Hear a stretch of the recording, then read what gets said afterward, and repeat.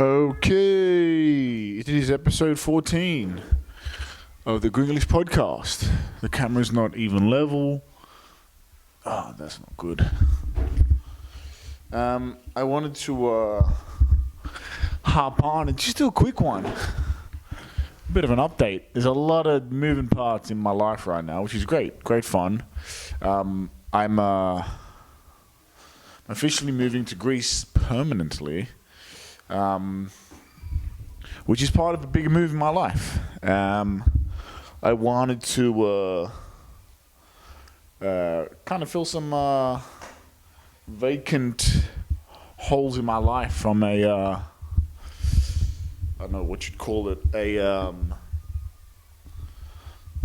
relationship standpoint, I guess. And I wanted to just make progress in other ways. So yeah, moving to Greece permanently. I mean, I've lived here like 5-6 months every year for like 7 years, so it's not like a difficult move, and I don't really own many things, so I'm selling the last few things I own in Cyprus, which is mainly just my motorbike.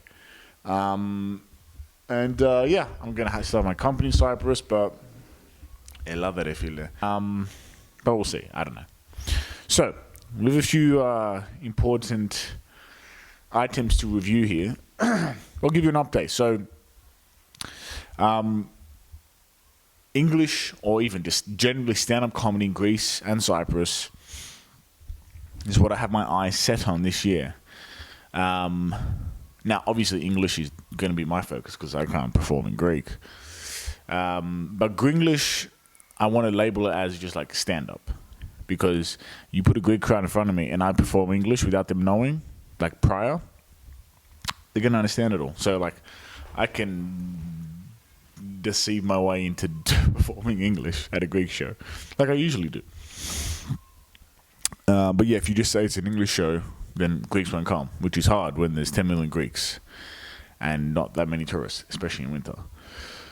But anyway, so I've been strategizing with my good friend Nick and some comedians, Alex, who I think we'll see more of on my channels of media propaganda. And really we've just said, hey, let's really organize this English comedy stuff, because the way that English comedy scenes in each city works in Europe is that it's almost like an embassy, right? It's like you set up an embassy in each city. Whoever owns the club, maybe it's a physical bar or club that is called a comedy club house, for example, in Barcelona. That becomes the embassy of all traveling English-speaking comedians. Then they can perform there, they can do shows there, especially huge comedians. Maybe they want to test some material and they're traveling through Greece. They're like, Ella, put me on, give me 30. And you're like, of course. So there's not like that sort of embassy type thing in Greece, right? Which is crazy because, okay, it's a decent-sized country, but also because so many tourists come here, like rich American comedians, right? So they'd come through, the local embassy. It's a cool name for a comedy club, the Embassy. Is it? Sounds a bit douchey, but that is my style.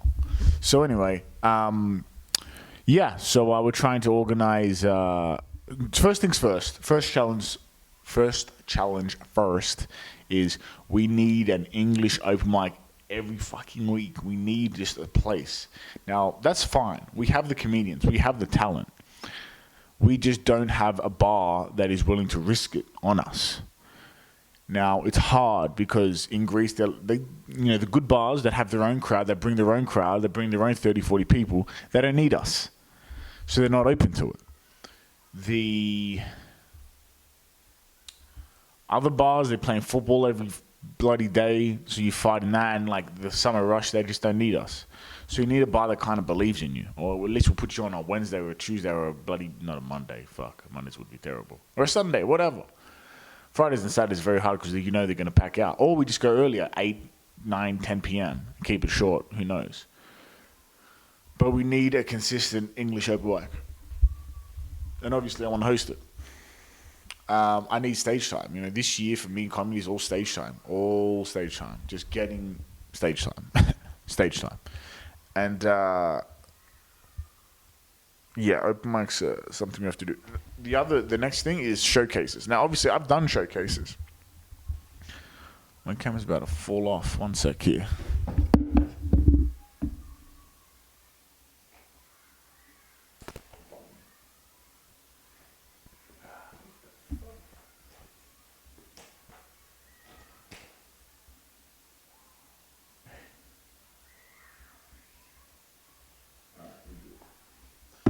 So I've done showcases. Like the Grenglish shows that I did last year were showcases, and they went reasonably well. One did, the other one didn't, but one did, right? So yeah, that's a plan. I'm organizing, so that's kind of feels like a Alex Tidkov and I kind of collaboration. He's been doing the comedy double the time I have, and so he knows the people. He is more Greek than me. Although his name's Tidkov, so I think it's a good collab, and we're gonna start making content together. I think. We would work well together. So the next thing is Cyprus. So there's an amazing comedian in Limassol called Marilena. I want to do a show with her. We're organising that, trying to find a place. Organising. I want to do it at the Stordromo, which I performed at before. She's always hosting there. There's 80 people. I think we can sell that out. Split hour. That's it. Like I don't think it's too hard.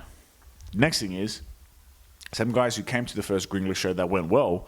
There were 4 or 5 Cypriot blokes from English Cypriot. Like the boys, like that vibe. Legends, they held the whole show up, like in a good way. Like they supported the whole show. It was great. I was surprised. I didn't understand, and they were really supportive. They're like, if you need any help back in Cyprus, let us know. And so I hit them up. They're like, we'll help you find some venues. We'll find you sponsors. I'm like, what? So we can get sponsors and sell shows. Ooh, email from Guinness World Records. Let's see if we got the Guinness World Record. Huh? So, so like super supportive dude. So maybe we have a show in Cyprus that we can do every month in Limassol with Marilena, which I would love because she's awesome. I would obviously do it in English. She would do it in Kypriota. And what is it? Oh my God. Every day, Guinness World Records has a rebuttal to my evidence. Let's hear it now. Okay.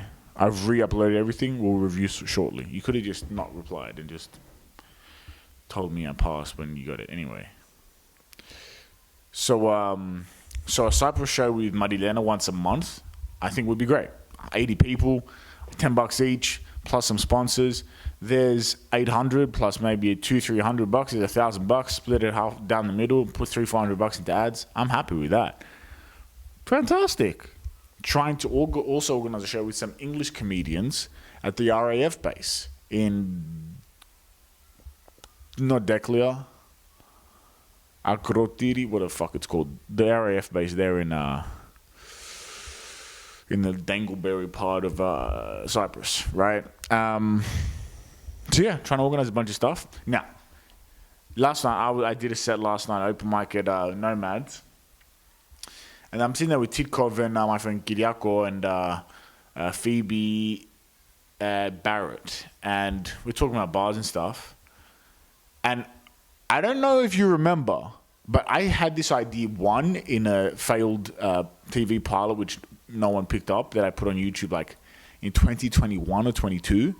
And then I did a reel on it at the start, halfway through last year, 2024, about getting a bar and doing a comedy show on the border between Cyprus and fake Cyprus, Turkish Cyprus, occupied Cyprus. And that exists. I had it in a category on my podcast, on this podcast, called Bad Business Ideas. And it actually exists. Kyriako told me, bro, that's a thing. They have bars, bro. Just no one's done a comedy show there. What? My bad business idea is a real business that Greeks and Turks from each side go to. What? So that's wild. What a development, you know? Yeah.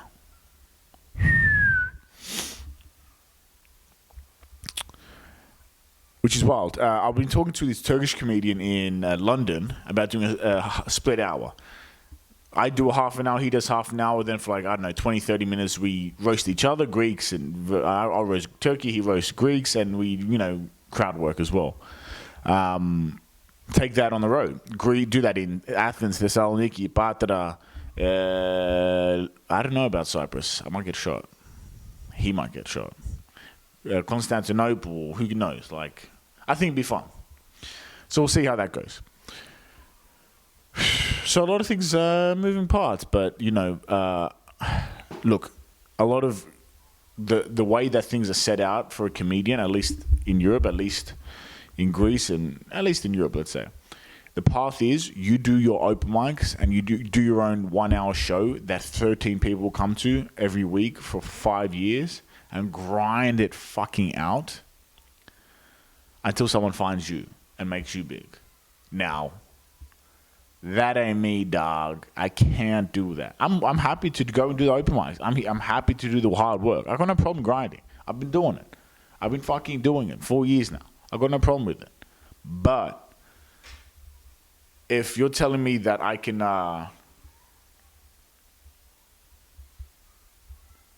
accelerate my comedy career by putting on my own shows and arranging and producing and putting a bit of entrepreneurial spirit behind it, I'm in. I'm doing it. And that's what we do. So anyway, a bit of a comedy update for Grenglish. So yeah, that bar does exist. What other developments on my list of podcast items do I have? I want a dog. I've always wanted a dog. And I think I want a chocolate lab. But I also think I feel like I'm the type of person who could get away with having an exotic animal, like a monkey. Because I saw this video of a dude just laughing with his monkey. Oh. Sounds like a lot of fun. But maybe just a chocolate lab. Close enough. But I am buying an apartment here in Athens, Pagrati. First things first, let me buy the apartment. Then I'll buy a monkey. Or a dog. But yeah, settling down.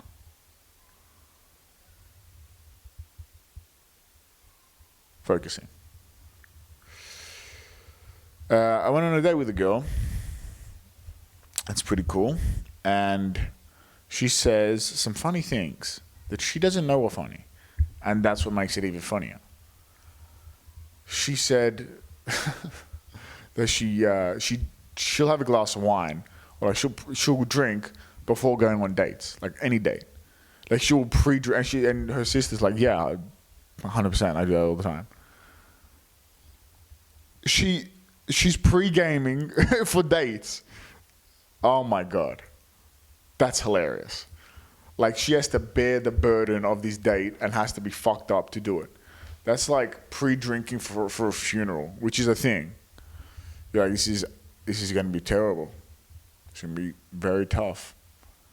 But let me take a few Jägermeisters and maybe it won't be so bad. Just take the edge off, you know. That's hilarious. I feel like that's very much the perspective of women on dates in our day and age. They have to just get through the date. Just let's throw back a few whiskeys. The guy gets there all sober. Oh yeah, you want a drink? Sure. Anyway, I'm gonna probably put that in a bit. Don't tell her I said this. She doesn't watch this. So we've talked about monkeys. I want to collab a bit more with at all with local comics in Greece, comedians that are making skits, bringing them on the podcast, just doing more stuff. Obviously, I can, I've been doing the content on my own. It's had some success, not monetarily, but yeah, I feel like I should join forces and write skits. I think would be funny. I think what would be funny is bringing my diaspora Greek perspectives to Greeks, right? Alex said something hilarious, and I told him, I'm going to steal this. Greeks who left Greece like me, well, my family, they left Greece in the 70s, 80s, 50s, 60s, whatever. And they left Greece and they have this amazing nationalistic pride for Greece. They love Greece. They're patriotic. And they come here. They're like, why are things so bad? We have to fix it. Oh my God, we need to fix this. They can't be so crazy. Greece is amazing. And Greeks in Greece are like, who gives a shit about Greece? Fuck Greece. And that's because Greeks have spent enough time in Greece to know it's fucked. That's Alex's line. It's fucking hilarious. I'm going to put that in a joke. But yeah, doing the diaspora versus not diaspora comedy, I think there's a lot of stuff there. So it's going to be interesting. Since I was 100% correct last week about the alternate history kind of real type-esque videos, but I'm just content farming from this podcast. I'm going to do the same thing. So I'm going to make a list of the top 10 artifacts, Greek artifacts that are in foreign hands that I think should be repatriated. Now, if I had to make a list of the most important cultural items, Greek cultural items, outside of the current borders of Greece, this is my top 10. Obviously, the Parthenon marbles. Like, I'm not even going to waste my time going into why. You know the reason. So, there's number 1. Number 2, Pergamon, right? This was in Asia Minor, built by Greek architects, and it's in fucking Germany. Fucking Germany. Woke fucking Germany. Give them back. You know what? Give them in Turkey. Or at least give them to fucking me. You know what I'm saying? Pergamon, a whole fucking temple built from top to bottom. They all took to Berlin. It's insane to me. Obviously, I only say Turkey because that's where Pergamon's current location is within the borders of. But yeah, I don't know, put it on an island there, put it on Lesbos or something. So Pergamon, Temple of Pergamon. The second one is Temple of Basse. All the friezes, just like they raped the Parthenon marbles, they raped the marble or whatever rock at the Temple of Basse, which is in Messina, somewhere there. It's a beautiful temple. And they raped it. It's there in the fucking British Museum. So there's 3. The Madrid Skeletius. This is one of the most detailed accounts of East Roman history. And as you can guess, it's in Madrid. And they don't even put it on show for everyone to look at, right? In the Biblioteca in Madrid. I had to wait for like 4 or 5 months, and I wasn't there, so I got to go back while it's there. It's insane. It's not even for show. No, you can't even look at it. It's for 13 fucking Spanish academics to look at. It's ridiculous. I'll take that. Why? You know what? Why don't some Greek billionaires put a bit of their money together and buy some of these artifacts and put it in a museum? Put your name on the museum. Put a statue of yourself in front of a museum. What are you doing with all the money? What's the point? Buy some of this shit and become a god in the Greek people's eyes. That's what you want, right? Anyway. I went to the National Museum in Budapest one day for a depressed walk to get away from my ex-girlfriend. It was lovely. I was the problem. And I went into this museum, just said to Kalo to see what's up. And I'm like, that looks East Roman. And it was. It was gifted to King Bela or some bullshit of Hungary. Like, it's one of the only 2 East Roman crowns in existence. And considering that empire ran for a good 1,500 years, Gatietzi, that's like, this is the only 2 ones left. And it's in, as soon as I saw that, I'm like, where are the cameras in here? There's no cameras. There's an old lady with arthritis. It's in a glass case in wood. I could steal this. There's a window open there. I could steal it right now.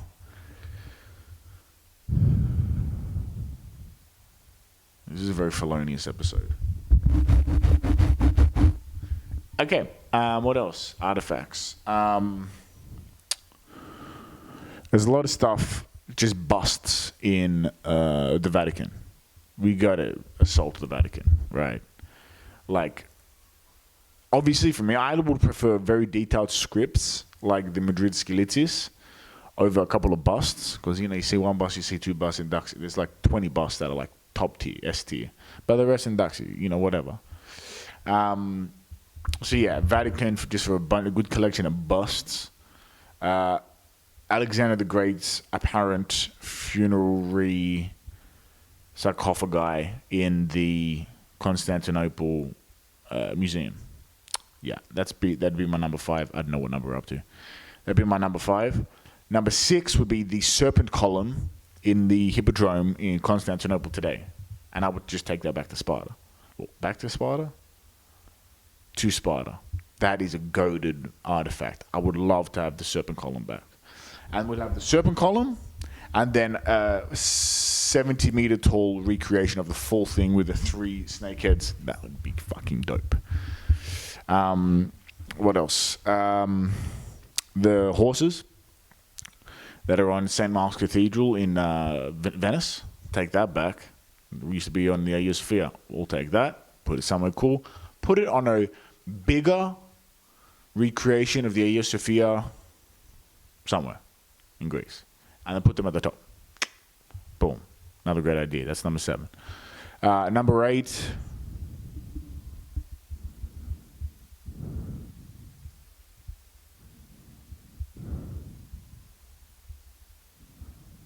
Number 8.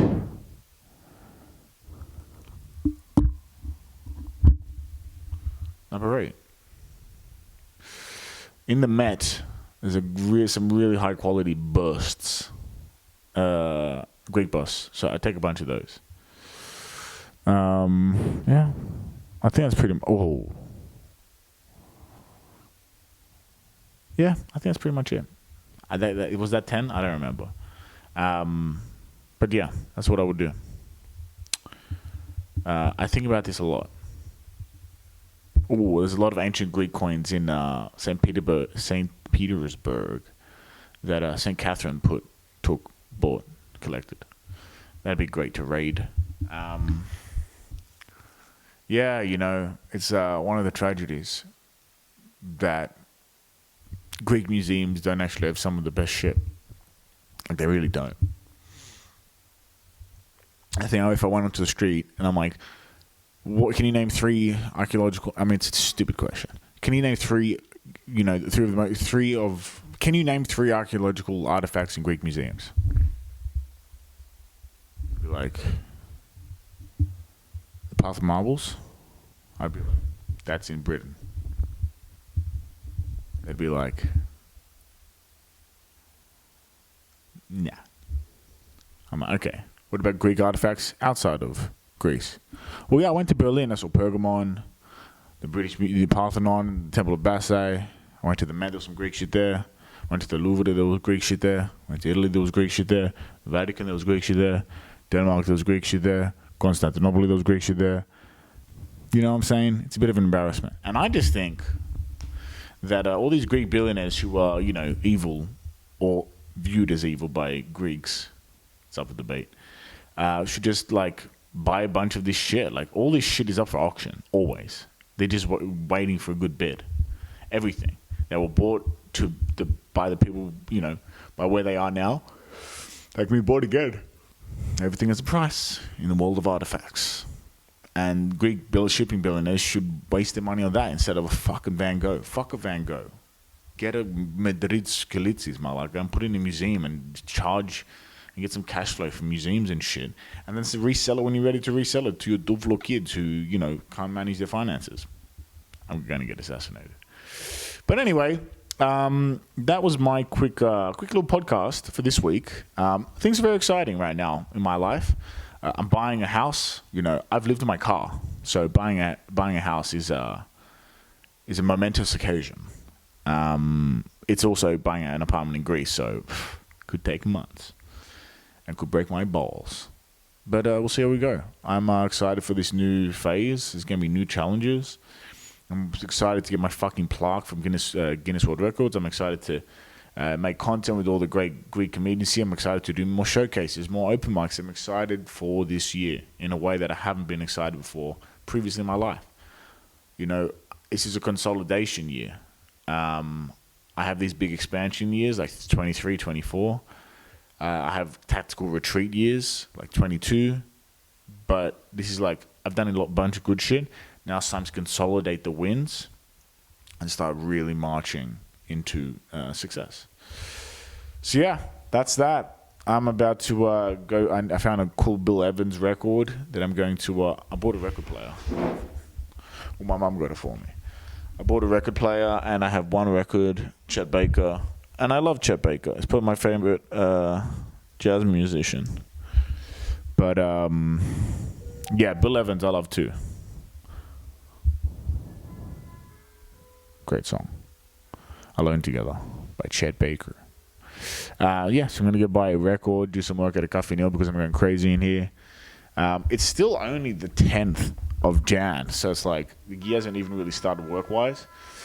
But we're slowly cracking into it, and I want to get this content machine pumping. I want to be here every day. So, that's that. I'll see you next week.